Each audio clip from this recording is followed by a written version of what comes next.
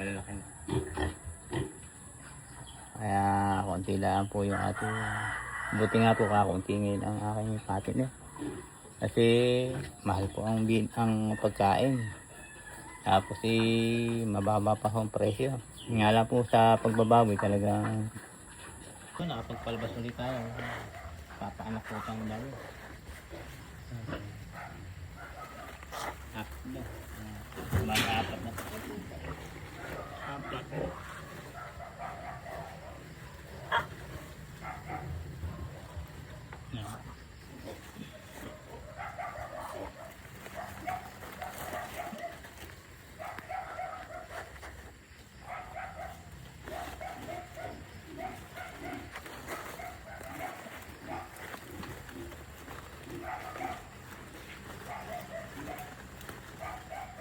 Nakailang.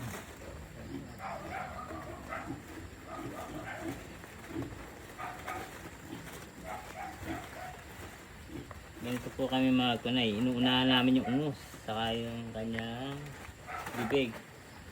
Lalak. Pagkado lagi natin sa ilaw. Ayan. Yan na kayo. Ayan.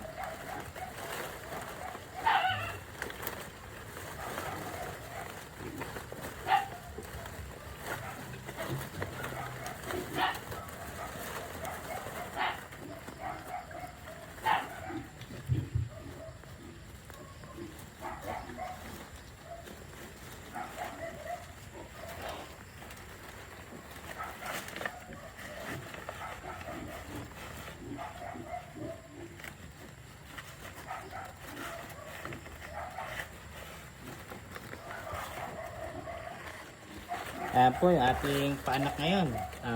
Yung lever ho kanina, ayan na.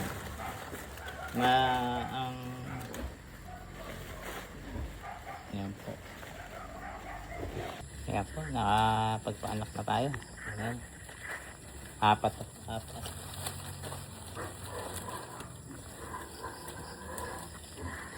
Nagpapasalamat po tayo dahil normal po yung mga pag-anak. Hindi ho maliit yung kanya sipit-sipitan. Sa kanila maligaya ka na dahil nakalabas po na normal. Ang mahirap po dito talaga yung pagpapalaki ng isang inahin, lalo ho nangunguna o nanganganay. Ay ang iniisip po lagi natin ay yung sana normal, saka malaki ang sipit-sipitan. Puyatan na naman ho ito. Kasi nga po, maaga-aga pa naman ho. Ganito pala ho ang pagpapaanak ng baboy kasi kailangan bantayan. Minsan kasi di ho maayos yung pag-anak ng isang kulig, lalo na kung may mga balot, ganyan po. Naiipit dun sa katoto may mga bakal. Kasi ang baboy pag nanganganak halos pinagsasaksakan yung sarili, yung kanyang pag-anak sa bakal. Parang siyempre sobrang sakit nga naman ho. Gumagawa sila ng paraan para maka-alwan po doon sa hirap, sakit na naramdaman na. Yun ang kanilang ikaluluwag, kaya inaabangan nun din ho namin. Sayang ho kasi isang kulig. Matagal mo inantay, 3 buwan. Mahigit 3 buwan. Salamat po at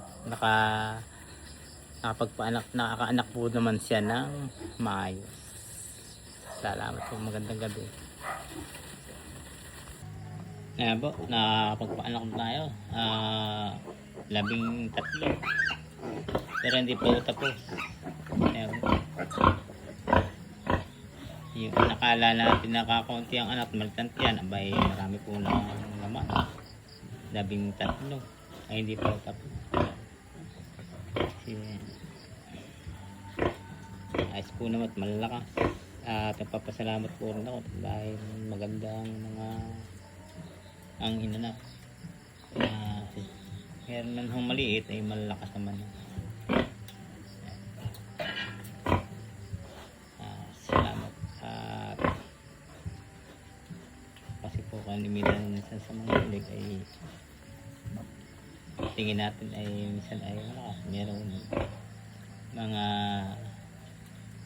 mahihina. Ay hindi naman po, okay naman. Tama po yung ating pakain at yung pag-maintenance sa inasin. Ayan.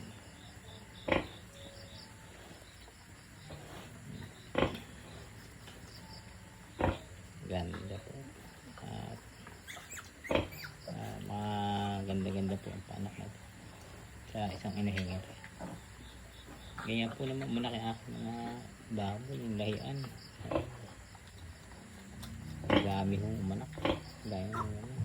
Pero sa akin po lamang talagang kasi binigay, binyaya ay wala po tayong magagawa. Talagang maganda pong anak talaga ng baboy ay 12, 10. Ayun po, talagang tamtama. Basta ang sinusuko ay yun ang mabigat po yung mga suso. Kung halimbawa po lang ay 12 ay talagang napakahirap. Kailangan po mga 16, 14, ganyan po. Para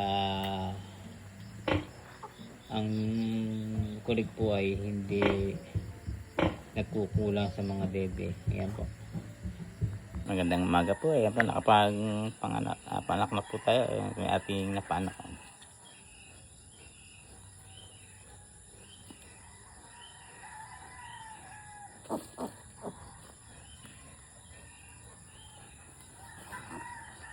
Wala po naman namatay. Ayan po. Ayan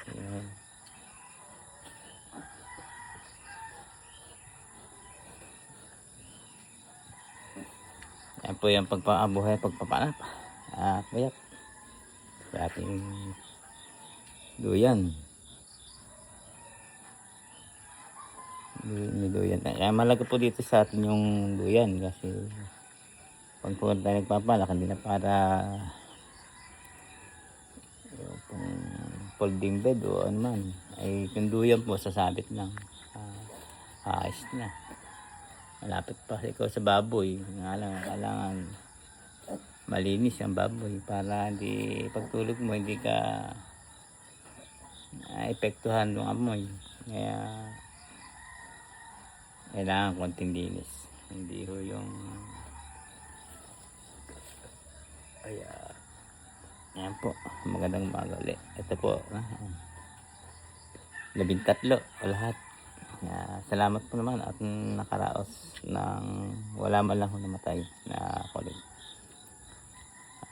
Palakihin na naman ho. Yan po talaga pagbababoy.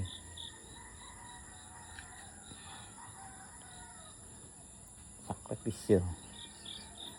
Sabi nga po kung ano yung nakahiligan at saka yung kaya, yun yung ituloy. Salamat.